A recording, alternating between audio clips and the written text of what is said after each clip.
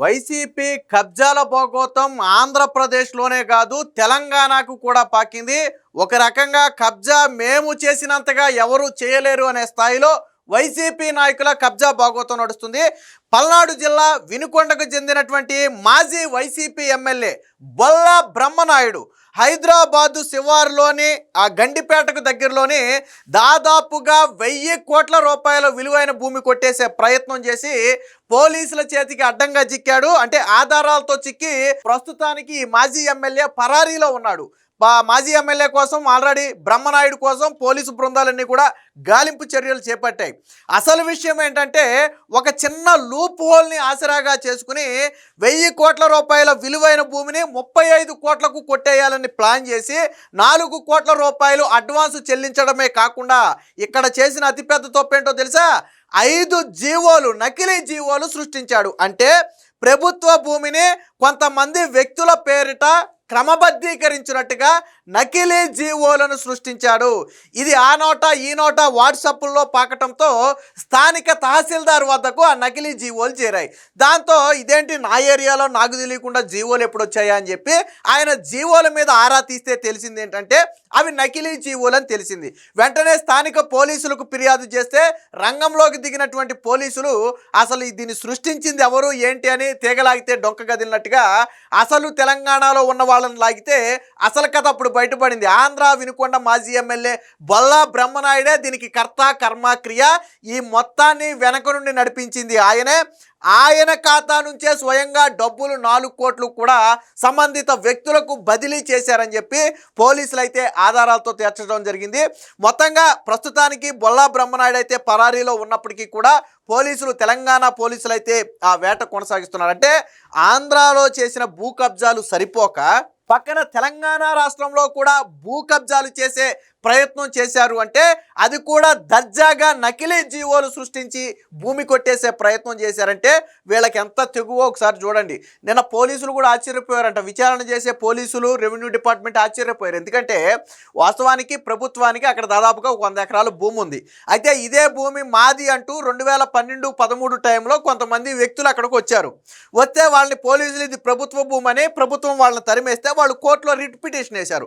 2012లో writ petition వేస్తే 2024-25 సమయంలో తీర్పు వచ్చింది. అంటే 12-13 ఏళ్ల తర్వాత తీర్పు వచ్చింది. ఏమని? అది పూర్తిగా ప్రభుత్వానికి చెందిన భూమి అని తీర్పు రావడంతో అక్కడ షెడ్ వేసుకుని ఉంటున్న వాళ్ళందరినీ కూడా ఖాళీ చేయించేసి ప్రభుత్వం భూమిని హ్యాండ్ ఓవర్ చేసుకుంది. ఈ విషయం బొల్లా బ్రహ్మనాయుడుకు తెలిసింది. సో దీన్ని క్యాష్ చేసుకోవాలనుకున్నాడు. అంటే ఆల్రెడీ న్యాయస్థానంలో దీన్ని ప్రభుత్వ భూమి అని కొట్టేసిన తరువాత కూడా అందులో కొంత భూమి కొట్టేయాలని పక్కా ప్లాన్ వేసి అందులో 10 ఎకరాల భూమిని ప్రభుత్వం క్రమబద్ధీకరిస్తూ కొంతమంది పేర్ల మీదకి క్రమబద్ధీకరించినట్టుగా 5 నకిలీ జీవోలు సృష్టించారు. అప్పటి వరకు ఈ భూమి కోసం కోర్టులో పోరాటం 12-13 ఏళ్ళు కోర్టులో పోరాటం చేసిన వాళ్ళ దగ్గరికి వెళ్ళి ఒక బేరం కుదుర్చుకున్నాడు. మిగతాదంతా నేను చూసుకుంటాను, మీరు ఎకరానికి 4 కోట్ల రూపాయలు చొప్పున మొత్తంగా 9 ఎకరాల చిల్లర అనుకుంటుంది, ఒక 35 కోట్ల రూపాయలకు బేరం పెట్టుకుని అడ్వాన్స్గా 4 కోట్లు చెల్లింపు కూడా జరిగింది. సో మీరు తప్పుకోండి, ఇక కథ అంతా నేను నడుపుకుంటానని వాళ్ళకి 4 కోట్లు చెల్లించిన తరువాత కొంతమందితో కలిసి నకిలీ జీవోలు సృష్టించాడు.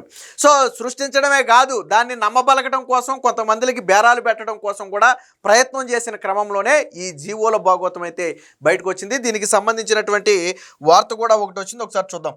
1000 కోట్ల భూమికి బొల్లా స్కెచ్, నకిలీ జీవోలు సృష్టించి హైదరాబాద్లో భూదందాకు యత్నం, ఛేదించిన తెలంగాణ పోలీసులు, పరారీలో వినుకొండ వైసీపీ నేత. 35 కోట్లకు వైసీపీ మాజీ ఎమ్మెల్యే బొల్లా బ్రహ్మనాయుడు డీల్. ఒప్పందంలో భాగంగా 4 కోట్లు బదిలీ చేసినట్లుగా ఆధారాలు. గండిపేట భూమి రెగ్యులైజ్ అయినట్లుగా 5 నకిలీ జీవోలు. స్థానికంగా నమ్మించడం కోసం సోషల్ మీడియాలో ప్రచారం.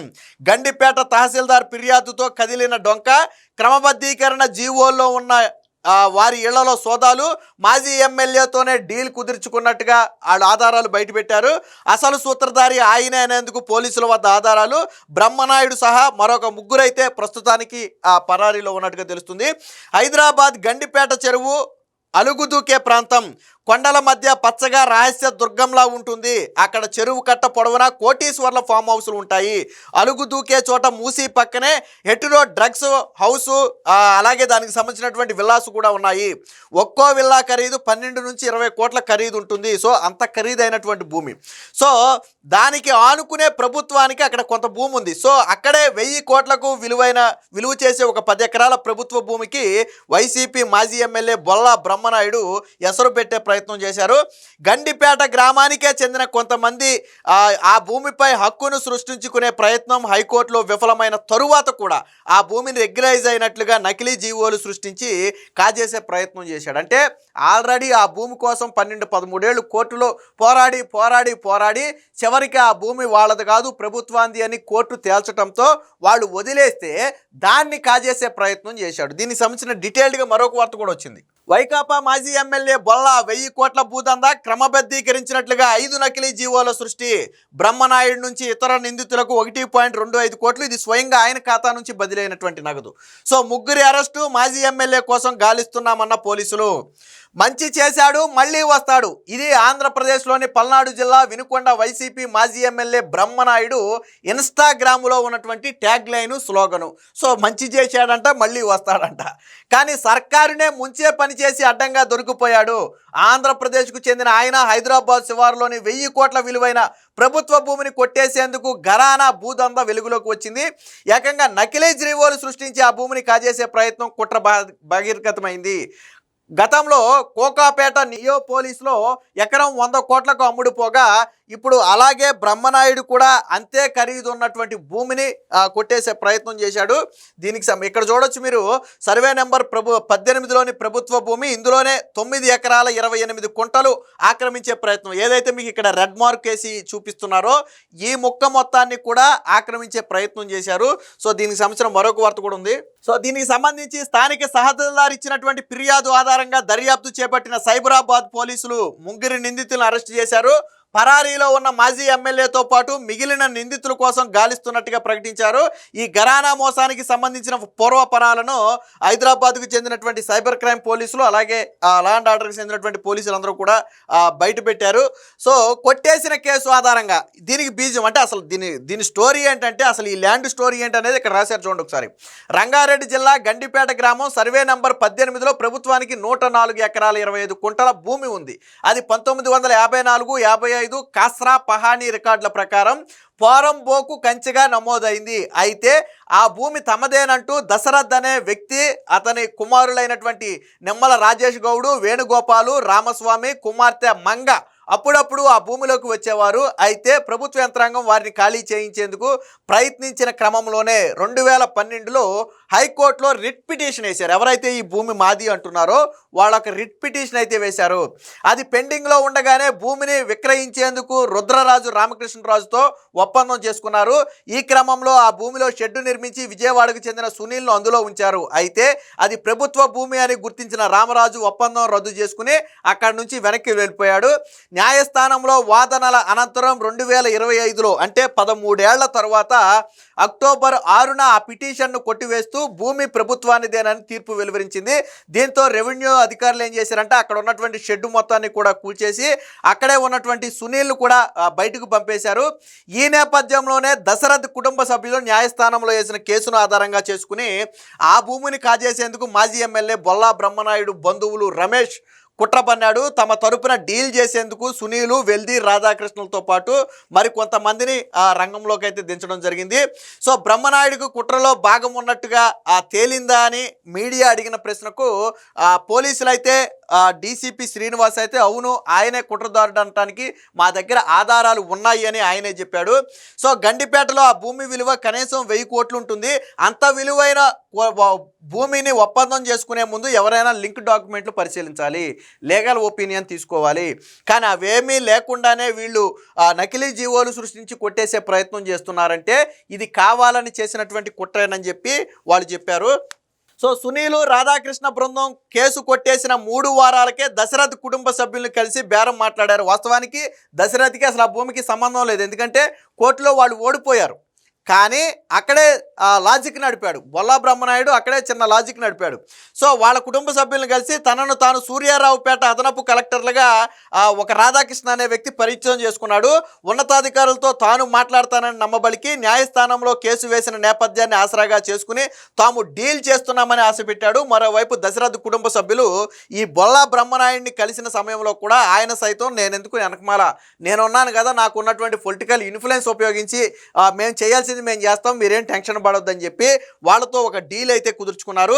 అందుకు దశరథ్ కుటుంబ సభ్యులు అంగీకరించడంతో ఎకరాకు 3.5 కోట్ల చొప్పున చెల్లిస్తామని ఒప్పందం చేసుకున్నారు. అందులో భాగంగా సుమారు 4 కోట్లను దశరథ్ కుటుంబ సభ్యులకు ముట్టజెప్పారు. ఇందులో 1,25,00,000 చొప్పున 2 విడతలుగా బొల్లా బ్రహ్మనాయుడు ఖాతా నుంచే నేరుగా దశరథ్ కుటుంబానికి వాళ్ళ బ్యాంకు ఖాతాలకైతే ట్రాన్స్ఫర్ చేశారు. అది కూడా పోలీసులు అయితే గుర్తించారు. ఈ క్రమంలోనే నకిలీ జీవోలు సృష్టించేందుకు తెరదీశారు. గత ఏడాది డిసెంబర్ అంటే 2025 డిసెంబర్ 2వ తేదీన ఏం చేశారంటే 552, 53, 54, 55, 58 నెంబర్లతో 5 నకిలీ జీవోలు సృష్టించారు.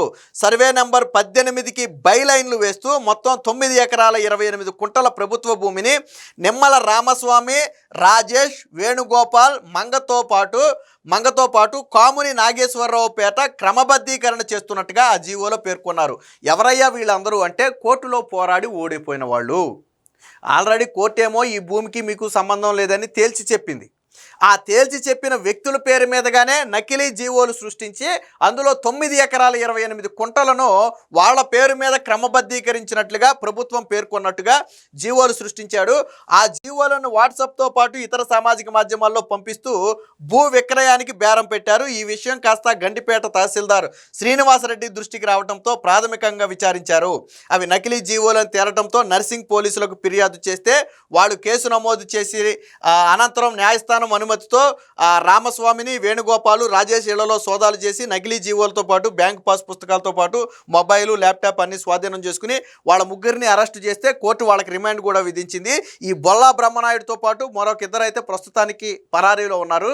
అంటే మొత్తంగా 6-7 మంది ఈ స్కామ్లో ఇన్వాల్వ్ అయ్యారు. అంటే చూడండి, కోర్టు కొట్టేసిన తర్వాత ఎంత ధైర్యంతో వీళ్ళు ఆ భూమిని కాజేయడానికి నకిలీ జీవోలు సృష్టించడమే కాకుండా వెంటనే మళ్ళీ దాన్ని అమ్మేయాలని కూడా స్కెచ్ వేశారు. అంటే ఏ స్థాయిలో వీళ్ళు కుట్రకు పాల్పడారో చూడండి. కానీ సాక్షిలో ఎక్కడ దీని గురించి వార్త మాత్రం రాలా. 1000 కోట్ల రూపాయల విలువైన భూమిని హైదరాబాద్ శివారుల్లో కొట్టేసే ప్రయత్నం చేసి పోలీసులకు అడ్డంగా దొరికిపోతే సాక్షిలో కనీసం వార్త రాలా ఎక్కడ. అంటే వైసీపీ నాయకులు ఆంధ్రాలోనే కాదు తెలంగాణలో కూడా ఏ స్థాయిలో భూ కబ్జాలకు పాల్పడుతున్నారు అనడానికి ఇది ఒక నిదర్శనం. మొన్న ప్రొఫెసర్ నాగేశ్వర్ విషయంలో తెలంగాణ అస్తిత్వాన్నే ప్రశ్నిస్తారా అంటూ ప్రెస్ మీట్ పెట్టిన ఆ సోకాల్డ్ జర్నలిస్టులు అందరూ మరి ఈరోజు బొల్లా బ్రహ్మనాయుడు గురించి ప్రెస్ మీట్ పెడితే బాగుంటుంది. ఆంధ్ర నుంచి మీరేంద్ర తెలంగాణకు వచ్చి భూ కబ్జాలు చేసేదని చెప్పి మరి ఒక ప్రెస్ మీట్ పెట్టి బొల్లా బ్రహ్మనాయుడు గురించి ఆ పార్టీ అధినేత అయినటువంటి జగన్మోహన్ రెడ్డి గురించి ఒక ప్రెస్ మీట్ పెట్టి మాట్లాడాలి. ఎందుకంటే తెలంగాణ భూమిని కొట్టేసే ప్రయత్నమే కదా ఇది.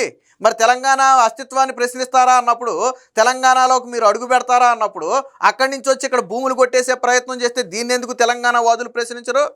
తెలంగాణ వాదులుగా చెప్పుకునే ముసుగులో ఉన్న జర్నలిస్టులు ఎందుకు ప్రశ్నించరు? దీన్ని ప్రశ్నించండి. సాక్షిని ప్రశ్నించండి, ఎందుకు రాయలేదని చెప్పి సాక్షిలో ప్రశ్నించండి. వాళ్ళ జగన్మోహన్ రెడ్డిని ప్రశ్నించండి.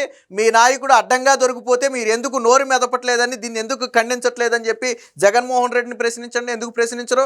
ఇది వైసీపీ నేతల భూభాగోతం. ఏది ఏమైనా బొల్లా బ్రహ్మనాయుడు చేసినటువంటి ఈ అవినీతి అనేది ఇప్పుడు 2 రాష్ట్రాల్లో కూడా పెను సంచలనంగా మారింది.